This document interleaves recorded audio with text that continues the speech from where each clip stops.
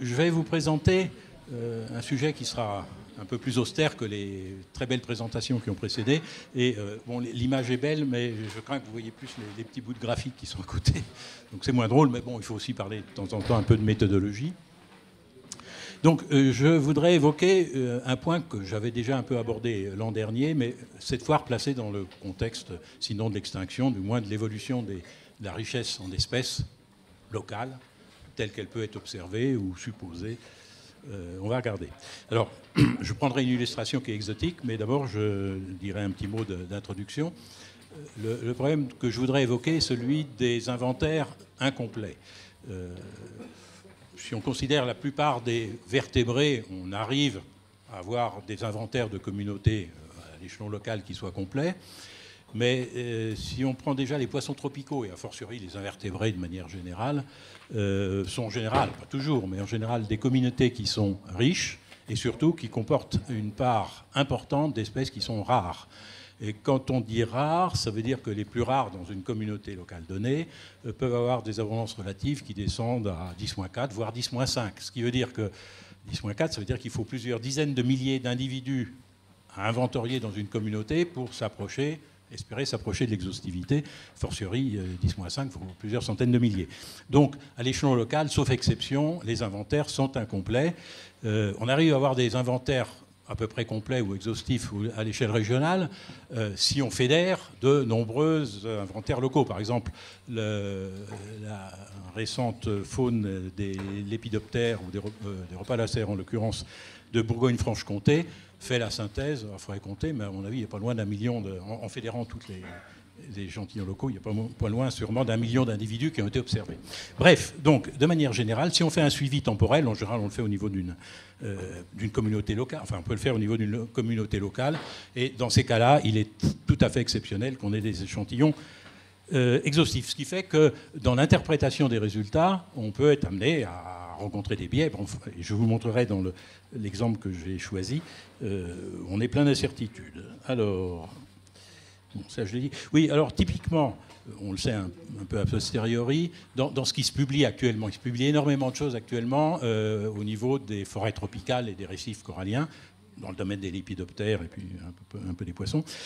Quand on regarde un peu les choses et qu'on fait les extrapolations dont je vais vous parler, on se rend compte que typiquement les niveaux de complétude des inventaires locaux, enfin de communautés locales, se situent en gros entre 50% et 80%, des fois plus, mais bon, c'est-à-dire en gros, 2 espèces sur 3 sont détectées, 1 espèce sur 3 ne l'est pas.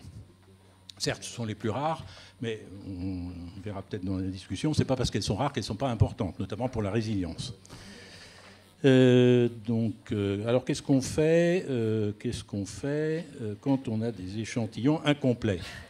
Alors, une des solutions avec des échantillons incomplets, c'est de dire on les prend comme tels, mais on va inventorier de manière standardisée et au moins on sera comparatif. Alors, comparatif, c'est quand même limité.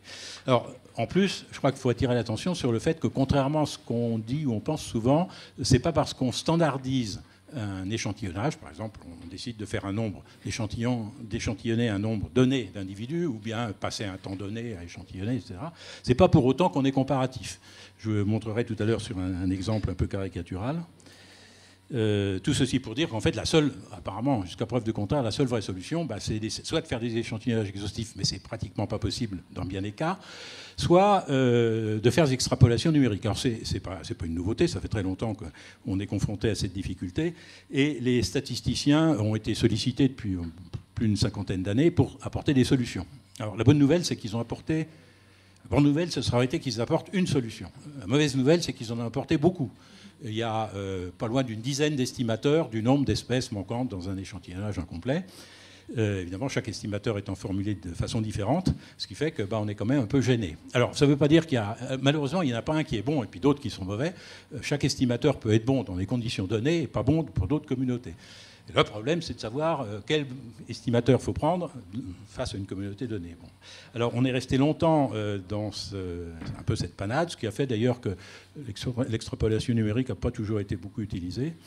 Bon, alors depuis peu, on a maintenant un moyen de sélectionner, dans chaque cas, l'estimateur qui est le meilleur. Bon, pas dire pour ça qu'il est parfaitement juste, mais enfin, au moins, on n'est déjà plus dans l'incertitude de se dire lequel on prend. Incidemment, j'en ai une seconde, l'idée d'extrapoler, quand on a un échantillonnage qui fait, mettons, 67%, 2/3, si on voulait arriver, non pas à l'exhaustivité, mais simplement vers les 90-95%, typiquement, il faudrait multiplier, c'est un ordre de grandeur, par 10 le volume d'inventaire. Donc c'est des choses qu'on ne peut pas se permettre, parce qu'il y a urgence de faire des inventaires un peu partout. Donc, voilà. Donc l'extrapolation numérique, pareil, une solution intéressante. En plus, elle est facile à réaliser. J'ai dit ce qu'il en était. Alors, je vais tout de suite passer à une illustration. On admet que ceci existe, et de fait, ça existe, et je vais vous montrer la situation d'un cas particulier. Alors, j'ai choisi un suivi trentenaire, il n'est que partiel, mais enfin trentenaire, d'une population, enfin pas d'une population, d'une communauté de repalocères qui se situe en Corée du Sud. Bon, j'ai pris ça parce que c'est un élément qui était déjà publié, sur le mont Gariwang. Alors, vous pouvez penser ne pas connaître le mont Gariwang, mais si vous êtes intéressé par le ski et les Jeux Olympiques, vous savez qu'il y a eu en 2018 des Jeux Olympiques en Corée du Sud, Jeux Olympiques d'hiver, et les skieurs se sont exercés sur les pentes du dit mont Gariwang. Et il est vraisemblable que la population de papillons en question c'est peut-être d'ailleurs enrichi parce que le milieu était ouvert par les pistes, je ne sais pas, mais enfin bon. Bref, donc j'ai profité de cette publication, donc les références là, pour travailler un peu dessus. Alors qu'est-ce qu'elle dit cette publication Ça c'est des jolies photos. J'essaie de mettre 2-3 jolies photos parce que le reste ça va être un peu austère.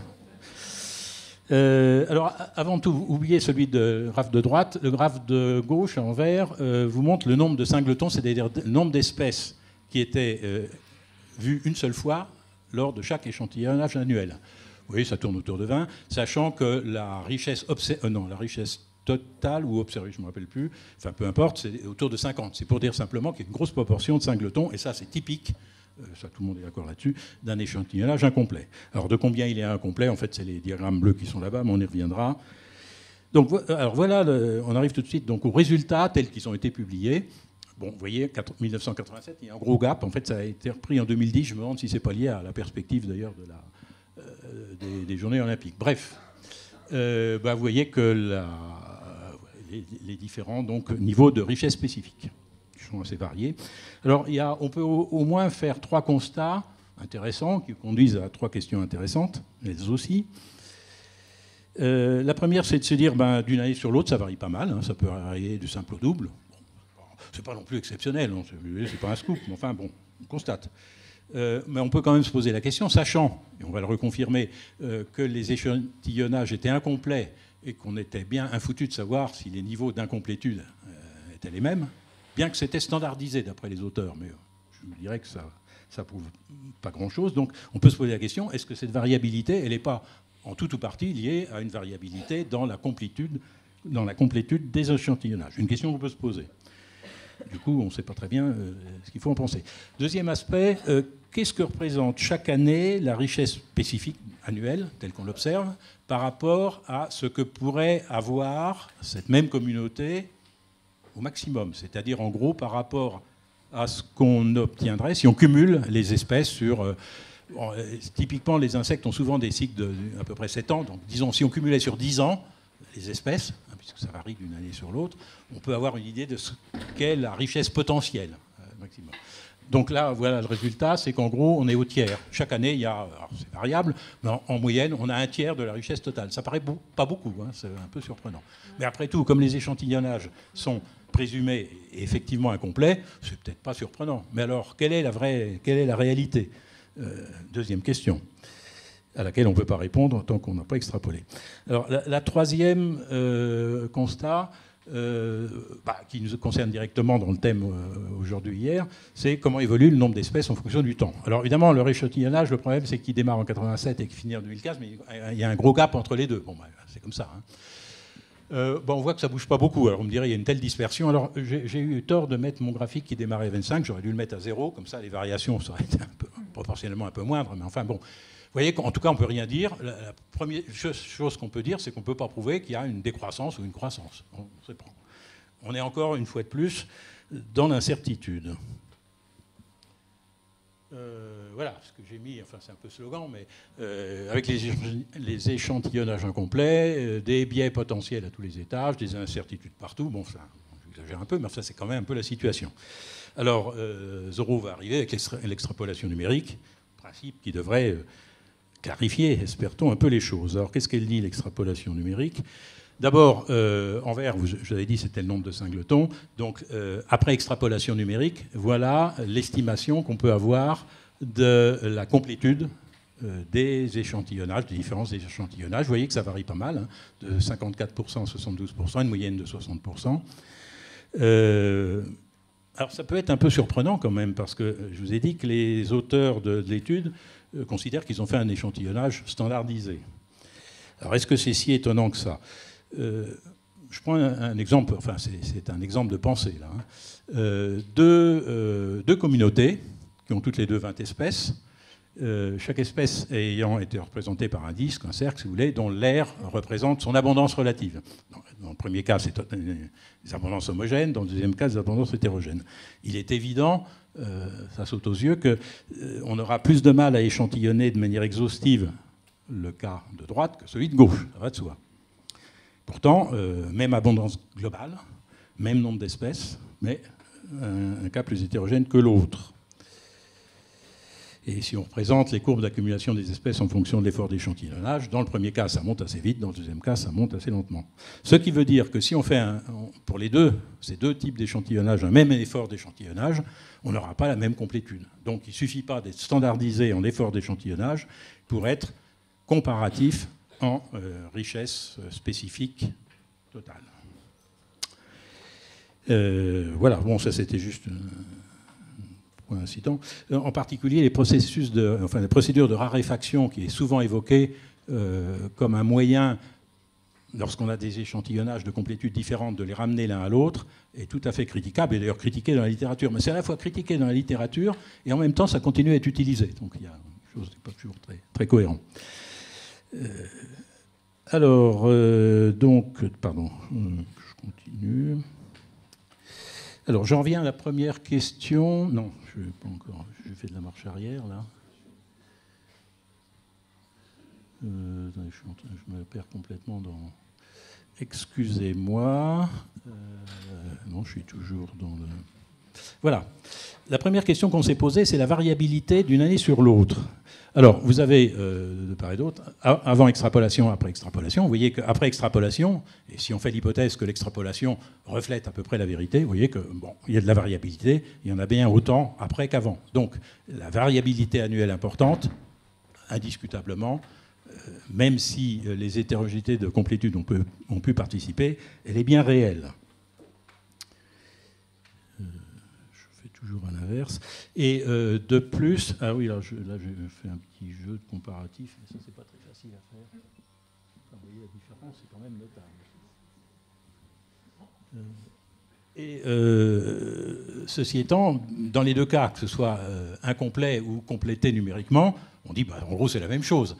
Sauf que vous voyez que les nombres d'espèces manquantes sont quand même très variables d'une année sur l'autre. Donc dans les deux cas, que ce soit incomplet ou complet, on voit que c'est très variable, mais la variabilité n'est pas la même. Donc il y avait bien lieu, ça apporte bien une information supplémentaire d'utiliser l'extrapolation. Passons au deuxième cas de figure, qui est donc la proportion annuelle par rapport au potentiel de richesse spécifique pluriannuelle, si on peut le dire. On voit qu'on passe en gros de 1/3 à presque 2/3. Ce qui n'est pas complètement étonnant, puisqu'on a vu que la complétude moyenne était à peu près 60%. Donc, étonnant qu'on passe presque au double. Donc 2/3, ça paraît plus raisonnable. Ceci étant, je ne suis pas sûr qu'en faisant le cumul qu'on a fait, on ait vraiment atteint le potentiel. On doit être probablement un poil au-dessus. Mais enfin bon. Voilà, c'est un nouveau renseignement. On est moins dans l'incertitude qu'on l'était au départ. Vous voyez, bon, là, c'était le même petit jeu. Alors, troisième question qui nous concernait directement, qui était l'évolution donc du nombre d'espèces au cours du temps. Bon, évidemment, une fois qu'on a extrapolé, il y en a plus, mais la tendance temporelle reste la même, c'est-à-dire qu'il n'y en a pas. Enfin, il n'y en a pas. En tout cas, il n'y en a pas qui soit statistiquement visible, compte tenu de la dispersion annuelle, et qui, cette fois, n'est plus attribuable aux écarts de complétude, mais au fait que, d'une année sur l'autre, Nombre d'espèces. Voilà. Alors, quand j'ai vu ce résultat, bon, moi, je suis pas du tout un spécialiste de ces questions. Moi, ce qui m'intéresse, c'est plutôt ces questions un peu mathématiques. Bon, je me suis dit, bon, j'ai encore un cas particulier. Je vais me faire estourbir en annonçant des résultats un petit peu à l'inverse de ce qui se dit. Bon, en fait, en faisant un peu de littérature, et ça a été déjà évoqué à plusieurs reprises, en fait, il se confirme que à l'échelon local, il n'est pas rare que le nombre d'espèces soit à peu près stable. Il peut monter, il peut descendre. Il y a un gros débat qui a été évoqué par Julien, j'ai oublié son nom, de l'INPN. Un gros débat, il y a eu énormément d'échanges biographiques. Bon, le problème n'est pas réglé, mais la tendance est de dire que probablement, au niveau local, c'est bien stable. En revanche, mais bon, non, en revanche, c'est pas mon sujet. On en parlera dans la discussion si vous voulez. Je continue. Alors, il y a une quatrième question que je n'avais pas abordée, mais dont je donne quand même le résultat après. En ordonnée, j'ai représenté, en gros, quelque chose qui représente l'hétérogénéité des abondances.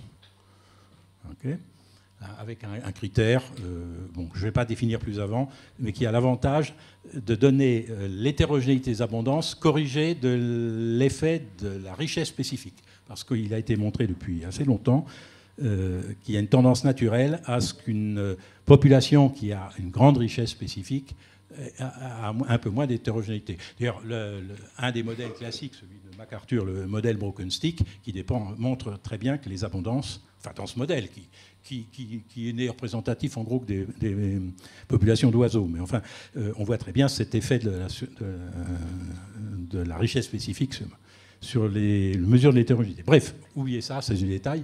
Donc vous voyez que l'hétérogénéité des abondances, elle, a varié, et de manière significative, même s'il y a encore de la dispersion. Bon, il y a une probabilité, c'est au seuil de probabilité 2%, c'est pas extraordinaire, mais ça commence à être un peu significatif. Ça veut dire que, certes, le nombre d'espèces n'a pas varié, enfin, pour autant qu'on puisse le dire, en tout cas pas de manière significative, compte tenu des dispersions. En revanche, et malgré les dispersions, il est parfaitement clair que l'hétérogénéité a augmenté. Ce qui est quand même pas un indice très sympathique, parce qu'en fait, qu'est-ce que ça veut dire? Ça veut dire qu'un certain nombre d'espèces, probablement plutôt les plus rares, mais pas forcément, sont sorties du lot, quoi. Et que si on attend encore un peu, bon, je vous dis là, on ne peut pas continuer l'expérience, puisqu'en plus la forêt a été un peu massacrée, mais il est vraisemblable que les espèces qui sont devenues un peu plus rares encore vont disparaître, quoi, enfin, localement. Donc voilà, donc c'est pas si sympathique que ça malgré tout. Mais vous voyez que tous ces résultats-là, on pouvait le soupçonner avant de faire l'extrapolation numérique, mais c'est uniquement après l'avoir faite qu'on peut être plus affirmatif. Voilà, tout en étant encore une fois de plus bien d'accord sur le fait qu'une extrapolation, c'est une extrapolation, c'est pas une affirmation péremptoire. Et puis juste un tout petit inconvénient qu'apprécient peu les naturalistes, c'est que l'extrapolation ne vous donne pas l'identité des espèces non détectées. C'est pas forcément si grave que ça en écologie. En histoire naturelle au sens strict, oui, mais en écologie, il y a un certain nombre de données synthétiques qui n'exigent pas qu'on connaisse l'identité des espèces. D'autant d'ailleurs que les espèces qui sont souvent rares, celles qu'on ne voit pas, sont souvent des espèces qui, étant rares, notamment en milieu tropical, sont des espèces dont, même si on connaît l'identité, on ne connaît pas les mœurs au sens large, c'est-à-dire on ne connaît pas leur comportement, donc connaître leur identité n'est pas aussi important que ça. Voilà, si on pouvait le savoir, ce serait mieux. Affaire entendue. Donc pour conclure, je ne sais pas si je suis en avance ou en retard, enfin pour le moment il n'y a pas eu d'indice. Échantillonnage, on peut échantillonner sans aucune règle. Adieu va, ok. Bon. On peut échantillonner de manière standardisée, je tire simplement l'attention parce que ce n'est pas toujours encore bien clair dans les esprits. Ok, c'est mieux, c'est toujours mieux de standardiser, mais attention aux illusions, ne croyons pas que ça nous garantit forcément l'égalité, enfin la comparabilité, tout au moins au niveau de la richesse en espèces. Ce ne serait pas vrai au niveau de l'abondance. Par exemple, vous ne pourrez pas faire cette critique-là sur le fameux article qui est apparu dans PLOS ONE là, des Allemands, qui lui traite de l'abondance globale. Là, il n'y a pas ces problèmes-là. Il y en a d'autres, mais il n'y a pas ceux-là.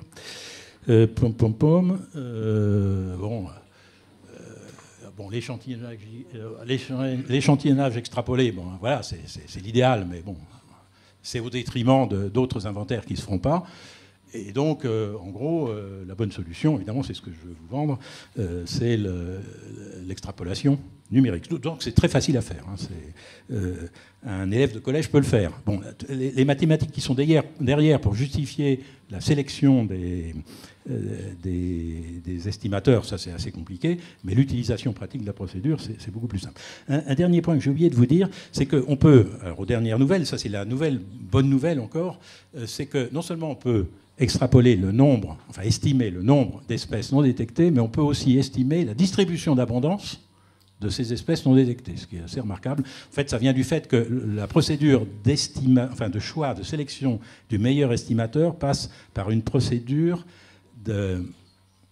en gros, d'estimation de la courbe d'accumulation des espèces, hein, celle qui montre comment le nombre d'espèces augmente avec l'intensité d'échantillonnage. Or, cette courbe d'accumulation des espèces est directement liée, causalement, à la distribution des abondances. C'est-à-dire que c'est la distribution des abondances qui gère l'autre. Mais mathématiquement, elles sont liées. Et quand on a, sinon l'équation, du moins des éléments d'expression de l'une, on déduit l'autre. C'est par ce biais-là, vous voyez, c'est je trouve plus le nom, une conséquence associée à la sélection du meilleur estimateur que d'obtenir la distribution des abondances des espèces qui sont non détectées. Voilà, merci de votre attention.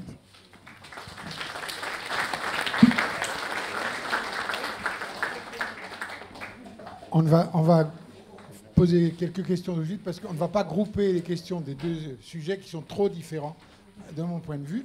Donc, s'il y a deux questions.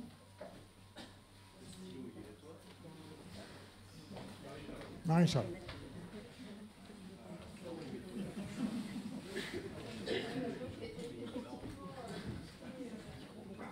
Micro. Non.